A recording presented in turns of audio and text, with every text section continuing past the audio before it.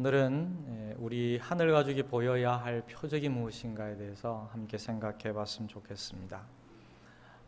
우리 사회는 계속해서 혼돈을 겪고 있는 것 같습니다. 그런 틈을 이용해서 나타나는 현상 중에 하나가 뭐냐면 강력한 지도자론의 등장이지요.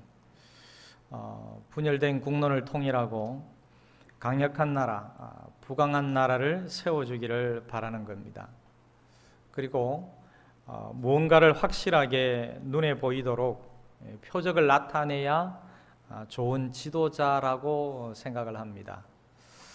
지도자 본인도 그런 생각을 하고 또 백성들도 또 그런 생각을 가지고 있는 사람들이 많은 것 같습니다.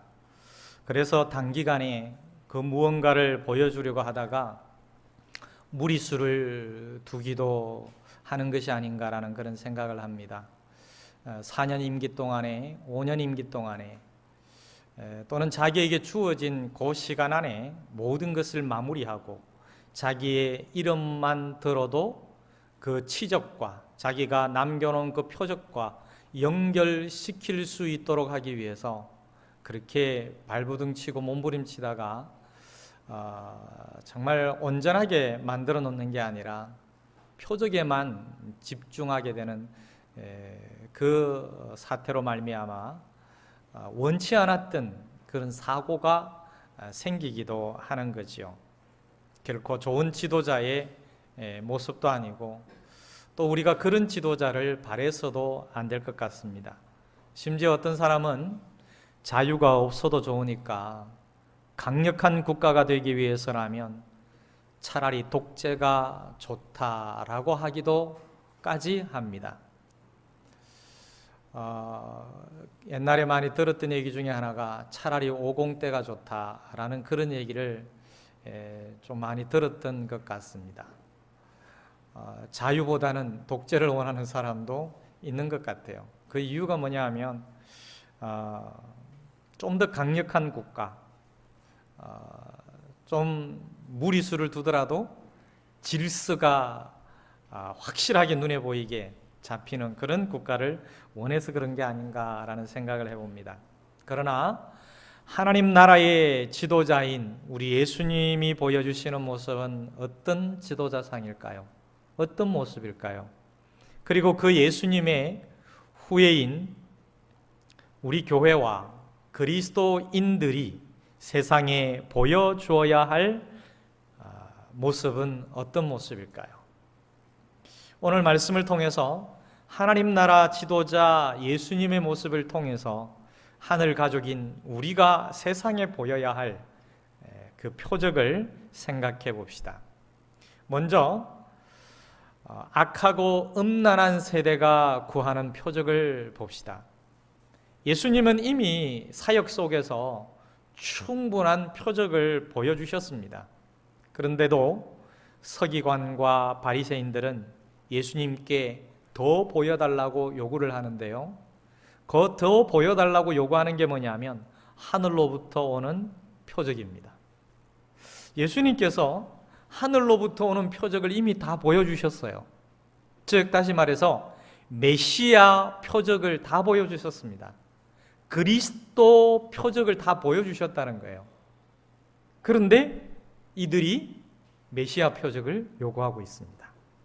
보여주었는데도 모른다는 거예요. 그걸로 만족하지 않는다는 겁니다.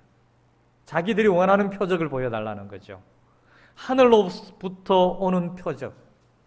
사실은 그게 아니라 자기들이 원하는, 우리가 원하는 표적을 보여달라 그 얘기겠죠. 유대인들은 다윗과 같은 호전적인 용사를 기다렸습니다. 그리고 유일신 신앙에 기초한 중앙 집권 체제를 세우기를 소망했던 것이죠. 아주 강력한 국가가 세워지기를 바랬습니다. 자신들이 바라는 국가를 세우고 싶었던 거죠. 또는 모세와 같이 기적을 행하는 예언자를 원했습니다. 그들이 원했던 메시아 표적은 다윗처럼 전쟁에서 거인 골리앗으로 대표되는 거대 제국, 로마 제국을 단칼에 무너뜨리거나 모세처럼 10가지 무시무시한 재앙을 내려서 제국을 심판하고 포로된 백성들을 구출해내는, 자유를 주고 해방을 주는 그런 기적을 바랬던 거죠. 그렇습니다. 악하고 음란한 세대는 자기들 중심으로 표적을 구하고 자기들이 원하는 것을 보여달라고 앙탈 고집을 부립니다. 하나님의 생각은 어떤지 아예 안중에도 없는 세대지요. 악하고 음란한 세대가 어떤 세대일기에 그런 표적을 원할까요?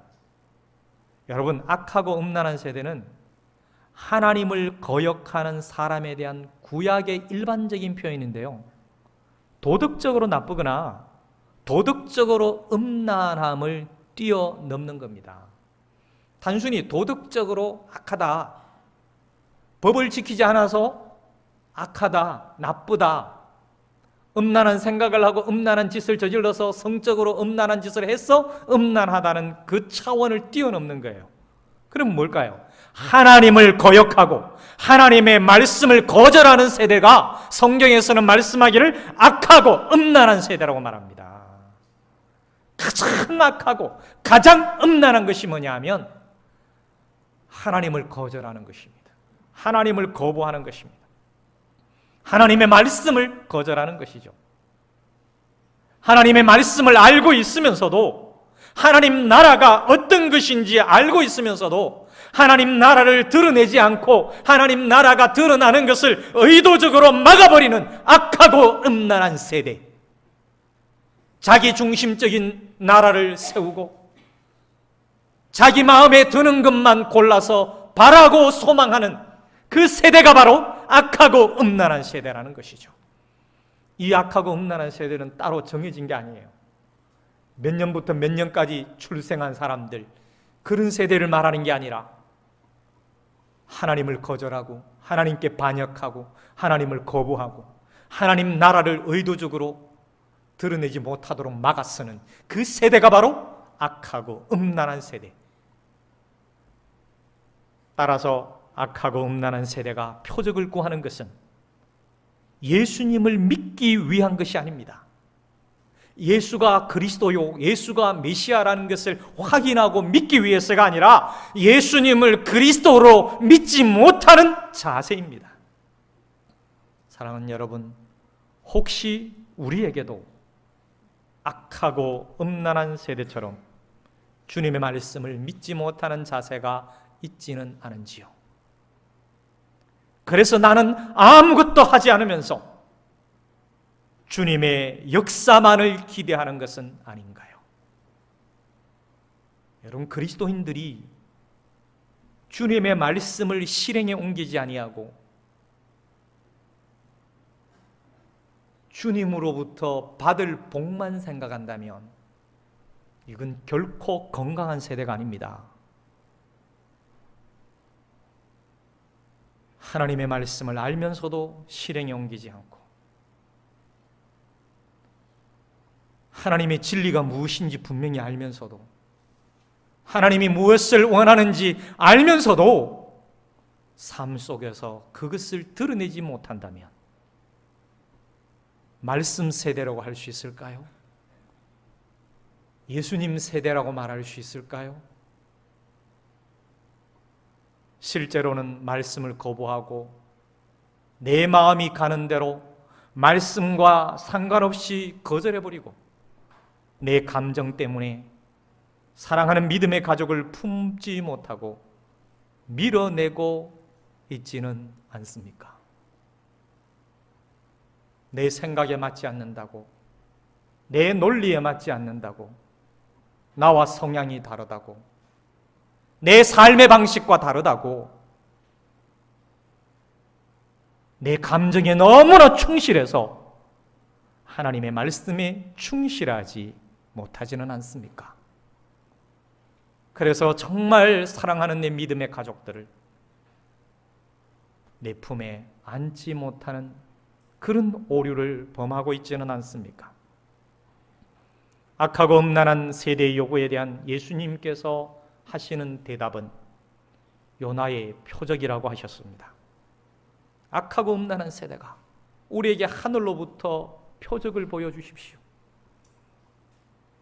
예수님께서 내가 보여줄 표적은 요나의 표적밖에 없다. 39절 말씀입니다.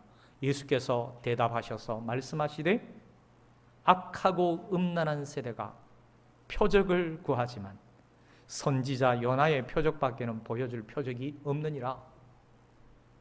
요나의 표적이 무엇일까요? 우리가 잘 알고 있는 대로 요나가 물고기 뱃속에서 사흘을 지냈던 것처럼 예수님도 밤낮 사흘을 땅속에 머물 것이라고 하십니다. 예수님의 죽음과 예수님의 부활을 예고하신 말씀이죠. 하늘로부터 오는 표적을 통해서 강력한 정치적 메시아임을 증명하라는 요구를 완전히 일축해 버리십니다. 그리고 십자가의 죽음을 통해서 고난당하는 종으로서의 메시아를 보여주시겠다는 의미죠. 그리고 니느웨 사람들에게 선지자 요나의 메시지가 표적이 되어서 그것을 믿고 회개한 자들이 살아났던 것처럼 예수님의 말씀을 듣고 회개하면 살겠지만 그렇지 않으면 죽게 된다는 말씀이에요. 사랑하는 여러분, 예수님의 죽음과 부활이라는 가장 확실한 구원의 표적을 보았음에도 불구하고 여전히 또 다른 표적 타령만 하고 있지는 않습니까? 무엇을 더 보기를 원해야 됩니까? 무엇을 더 보고 무엇을 더 경험해야 될까요? 예수님의 죽음과 부활, 이 표적이 가장 본질적인 표적이고 이 표적만 확실해도 다 되었다라는 거예요. 구원의 표적을 본 그리스도인들에게 중요한 것은 여러분 또 다른 표적이 아닙니다. 그럼 무엇이 중요할까요? 하나님의 뜻을 실행에 옮기는 것이 더 중요한 것입니다. 하나님의 뜻을 잘 실현해내는 것이 바로 우리가 보여줘야 할 표적이죠. 우리가 표적을 기다리는 게 아니라 이제는 우리가 표적을 보여야 할 때라는 것이죠. 저는 여러분들에게 주의 이름으로 간곡히 부탁합니다. 구원의 표적을 본 그리스도인으로서 또 다른 표적을 기다리고 갈망하는 게 아니라 하나님의 뜻을 실현해내고 하나님의 뜻을 실천함으로 오히려 우리가 하나님의 뜻이라는 그 표적을 보여주는 그런 그리스도인들이 되시기를 주님의 이름으로 축원합니다. 그러면 그 하나님의 뜻을 실천하게 되면 어떤 일이 일어날까요? 바로 정체성이 확실해집니다. 교회의 정체성과 그리스도인의 정체성은 하나님의 뜻을 실천하는 데서 나옵니다. 세상적으로 강한 사람들이 모이고 화려하고 웅장한 건물을 건축한다고 교회의 정체성이, 교회됨의 정체성이 드러나는 게 아닙니다. 오히려 그것 때문에 교회됨이 상실될 수 있습니다. 화려한 것 때문에, 웅장한 건물 때문에 교회의 교회됨이 상실될 수 있어요. 그리고 거대한 돈과 권력에서 파생되는 온갖 유혹에 속절없이 와르르 무너질 수도 있습니다. 그래서 오히려 하나님의 이름을 망령되게 만들기 쉽습니다. 여러분, 교회 규모가 커질수록 유혹도 커지기 마련이고요. 그 유혹은 일곱 귀신과 같은 강력한 영적 세력에 의해서 나중에 형편이 더욱 심하게 되어버립니다. 그렇다고 교회가 큰 게 무조건 나쁜 게 아닙니다. 교회가 작다고 무조건 좋은 게 아니에요. 출발을 어떻게 하느냐가 중요한 것이죠. 출발을 본질에서 출발하지 못했거나 그리고 하나님이 정말 원하시는 본질의 사역이 기초를 이루지 못했다면, 즉 예수 그리스도의 온전한 제자 공동체가 되지 못했다면 그런 상태에서 거대한 교회가 되어가는 것은 어떻게 보면 복이 아니라 재앙일 수 있습니다.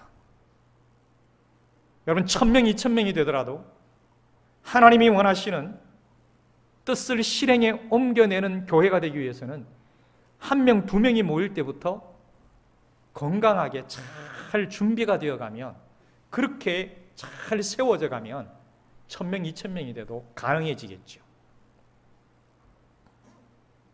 우리는 더 높이, 더 크게, 더 많이 이런 유혹을 거절할 수 있어야 합니다. 더 낮아도 본질적으로, 더 작아도 강하게, 더 적어도 말씀으로 풍요롭게 이것을 지향하는 교회를 만들어가면 어떨까요? 이것이 바로 하나님이 원하시는 공동체가 아닐까요? 예수님께서 원하셨던 것은 전쟁을 잘하는 강력한 지도자를 중심으로 한 그런 국가가 아니었습니다. 불의한 세상 속에서 당당하게 하나님의 뜻을 실천하며 살아가는 제자 공동체를 원하셨던 것이죠. 그러한 제자 공동체가 될 때에 하나님의 뜻을 실현해내고 하나님의 뜻을 실현해낼 때에 그런 제자 공동체가 된다는 것입니다. 실제적으로 어떤 교회가 가정교회로부터 시작해서 1000명이 넘는 그런 대형교회가 되었습니다. 그런데 1000명이 돼도 정말 그리스도를 따르는 제자 공동체로서 세워갈 수 있대요. 그런데 솔직하게 고백하는 말이 뭐냐면 너무 힘들다고 그러더라고요. 충분히 1000명이 되어도 주님의 제자 공동체로 든든하게 서갈 수는 있는데 100명, 200명, 300명, 400명 될 보다는 그 본질을 유지해 가는 게 너무 힘들다는 거예요. 그래서 오히려 분가를 하자, 나누자. 그래서 준비를 하고 있는 그런 교회가 있더라고요. 그 교회가 추구하는 본질이 뭐겠습니까? 그것은 바로 하나님의 뜻을 실현해내는 것이죠. 또 다른 표적을 바라는 게 아니라 자신들이 섬기는 교회가 이 땅에 그리스도를 드러내고 하나님 나라를 드러내는 표적이 되기를 소망한다는 것이죠. 그래서 그 표적이 되기 위해서 과감하게 손해보고 과감하게 갈라선다는 것이죠. 싸워서 분열되는 게 아니라 하나님의 뜻을 따라서 분리하는 것입니다. 예수님이 원하셨던 진정한 공동체의 모습은 주님의 뜻을 따르는 주님의 제자 공동체라는 것이죠. 사랑하는 여러분, 우리 하늘 가족들이 세상을 향하여 보여야 할 표적이 바로 그것입니다.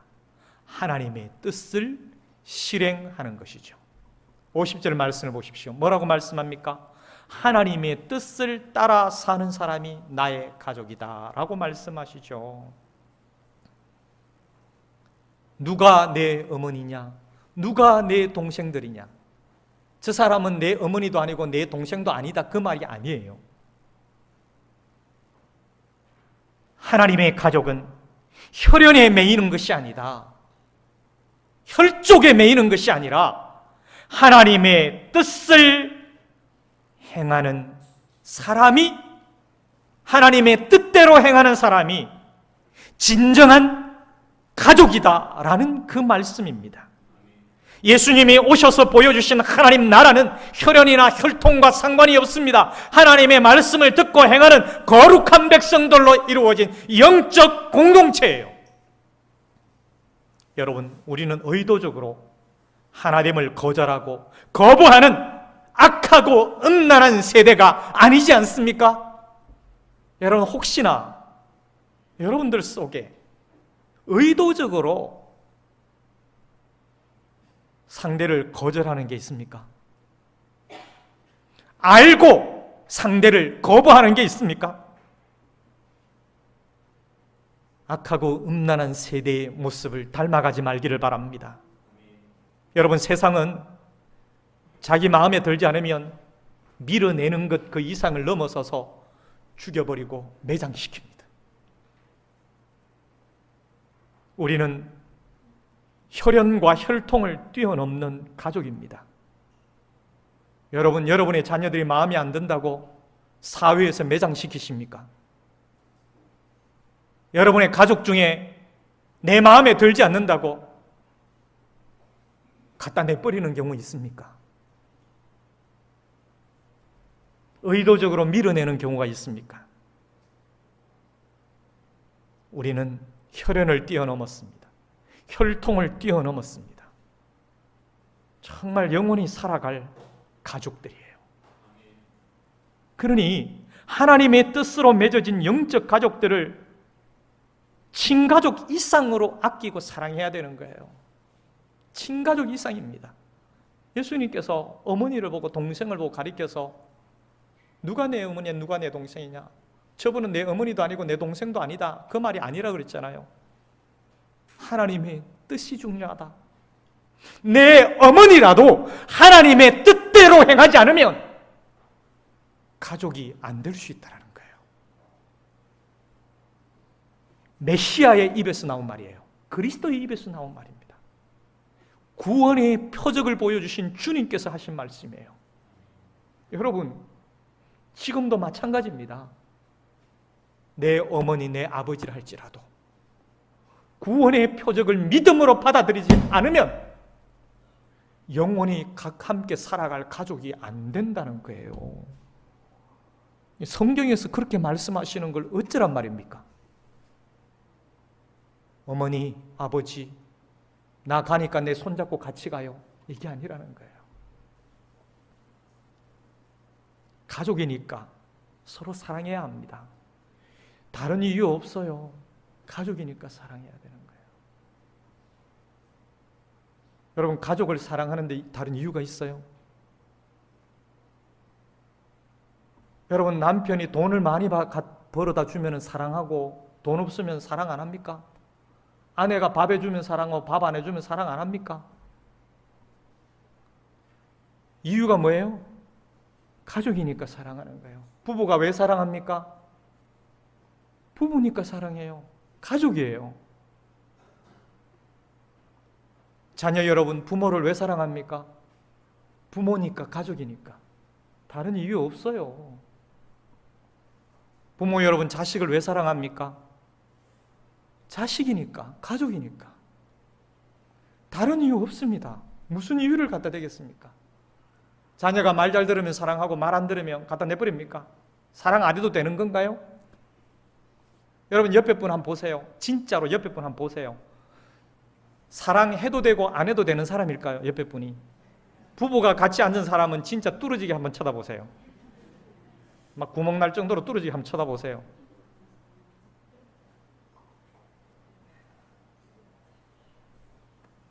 부부니까 사랑하는 거예요. 세상에 정말 못된 말 중에 하나가 그 선전에 나오던데요. 가족끼리 음매 이러면서 막 도망가던 거는. 여러분, 그 아주 나쁜 말입니다. 그러면 누구하고 사랑하라고요? 부부 아닌 다른 밖에 가서? 그런 건 상상도 하지 마세요. 생각도 하지 마세요. 가족이니까 사랑하는 겁니다. 우리가 왜 사랑해야 돼요? 너무 어려워서 대답이 안 됩니까? 너무 쉬워서? 두말하면 잔소리를 왜 자꾸 저렇게 묻느냐? 여러분, 사랑을 잘 못하시는 것 같아요. 제가 전가족 수련회 때 그랬잖아요. 2가지 기억나세요?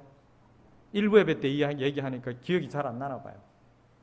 시작하면 옆에 보고 한번 해보십시오. 시작. 첫 번째, 다 까잡사뿐. 우와, 이거 하라 그랬잖아요. 아이고, 이러지 말고 영원히 살아야 되나? 우리 가족인가? 가족이라는 그 사실을 쳐다보면 와, 가족이구나. 그리고 그 다음에 좋다는 뜻에서 아싸, 우리 가족이라고. 2가지 한번 해봅시다. 자, 시작. 옆에 보고 시작. 아싸. 네. 그래서 사랑하라는 거예요. 우리 진웅이가 정말 오랜만에 왔는데 미국 갔다가 그 옆에 아줌마 옆에 왜 앉았어요? 이유, 다른 이유 있어요? 엄마니까요. 이유 아무것도 없습니다. 그냥 엄마예요. 가족이에요. 근데 그 엄마도 만약에 엄마가 예수 안 믿는다면 영원히 같이 못 산다는 거예요. 정말 이게 찌릿해오지 않아요? 여러분, 우리가 이렇게 앉아서 예배드리고 영원히 살아갈 수 있다라고 고백하는 단 하나의 이유는요, 하나님의 뜻대로 행하는 자들이기 때문에, 구원의 표적을 보고 구원의 표적을 믿는 자들이기 때문에 그 이유밖에 없어요. 그래서 우리가 가족이라는 거예요. 언제 살아라고 매달 100만 원씩 주는 사람이 있어요? 힘들다고? 아니에요. 돈의 문제가 아니고 혈통의 문제가 아니에요. 혈육의 문제가 아닙니다. 하나님 뜻대로 행하는 자들의 모임이기 때문에. 그래서 가족이니까 영원히 함께 살아갈 가족이기 때문에 서로 사랑하라라는 거예요. 그래서 서로 사이에 다른 것이 끼어들지 못하도록 말씀과 사랑으로 서로 꼭 붙들어야 됩니다. 중간에 끼어든 불순물이 있으면 어떻게 해야 됩니까? 그 불순물 빼내야 됩니다. 우리의 몸에도 있잖아요. 우리의 몸에 해가 되는 것 들어있으면 그거 어떻게 해야 됩니까? 그거 안고 가야 됩니까? 빼내야 돼요. 빼내야 됩니다. 손가락에 가시가 박히면 이거 놔두면 골마 터져요. 그러면 그래도 거기 위에다가 반창고를 감으면, 붕대를 감고 그 위에다가 빼내지 않고 가면 어떻게 돼요? 나중에 뼈까지 썩어요. 어떻게 돼요? 빼내고 치료하고 그 다음에 봉합을 해야 되는 거예요. 가족들 사이에 어려움이 있으면요, 힘든 게 있으면 그거 빼내야 돼요. 그런데 빼내지 않고 있으면 계속 아픕니다. 근데 빼낼 때 그 아픔, 그 힘듦, 그것만 참으면 돼요. 믿음으로 빼내야 됩니다. 여러분, 하나님과 무너진 관계를 다시 세우기 위해 고난당하고 죽기까지 하심으로 무너진 관계를 회복시켜 주신 분이 누굽니까? 우리 주님이시잖아요. 그 주님을 따르는 가족들이라면 우리가 주님의 몸된 교회를 온전하게 하는 일을 위해 못할 것이 무엇이 있겠습니까? 가족들끼리 덕을 쌓아야 합니다. 가족들끼리 선을 행해야 됩니다. 성경에서 말하는 선을 행하고 덕을 행한다는 말이 무슨 말씀일까요? 교회를 세우는 거예요. 여러분, 부부가 덕을 세우고 부모 형제가 덕을 세우는 것은 그 가정을 세우는 거예요. 성도들이 서로 덕을 세우는 것, 밖에 나가서 덕을 세우는 것은 무슨 일이냐면 교회를 세우는 일이에요. 내 속에 덕을 쌓고, 지난주에 얘기했잖아요. 내 속에 선을 쌓는 것은 무엇을 세우는 거냐면 교회를 세우는 거예요. 여러분, 한 사람 한 사람의 교회라고 그랬잖아요. 교회를 세우는 일이에요. 그게 나 한 사람의 교회를 진실하게 잘 세워가면 모든 공동체 교회가 잘 세워져 갈 수 있다는 거예요. 여러분, 주님께서 죽기까지 하심으로 무너진 관계를 회복시키신 그 주님을 따르는 가족이라면 정말로 우리가 주님의 몸된 교회를 온전하게 하는 일을 위해서 못할 게 뭐가 있겠습니까? 빼낼 때는 아파해야 됩니다. 빼내기 위해서 고통도 겪어야 합니다. 그거 하기 싫어가지고 포기하고 사랑 안 해서 되겠나요? 이 진리는 모든 것 속에 다 적용이 됩니다. 사랑하는 여러분, 서로 사랑하고 사랑을 지켜가는 것이 우리 하늘 가족이 보여줘야 할 표적인 줄로 믿습니다. 이 표적을 보여주십시오. 이 표적을 보이세요. 알고 있는 것으로 끝내지 말고요, 표적을 보여야 합니다. 하나님, 내게 표적을 보여주시옵소서가 아니라 하나님, 내가 하나님 사랑의 표적을 보이겠습니다. 이 결단이 우리 가운데 있어야지요. 주님의 뜻을 따라 살며 주님의 뜻 안에서 서로 소중하게 여기며 사랑하는 표적을 드러내고 보여주는 그런 하늘 가족이 되시기를 주님의 이름으로 축원합니다. 이 시간 한 1분간 침묵하며 말씀을 다시 한번 우리의 가슴에 담고 되새기는 시간을 가졌으면 좋겠습니다. 주님의 뜻을 따라 살며 주님 뜻 안에서 서로 소중히 여기며 사랑해내는 표적을 드러내고 보여주는 하늘 가족. 내 삶은 지금까지 어떠했는지 다시 돌아보는 시간이 되기를 바랍니다.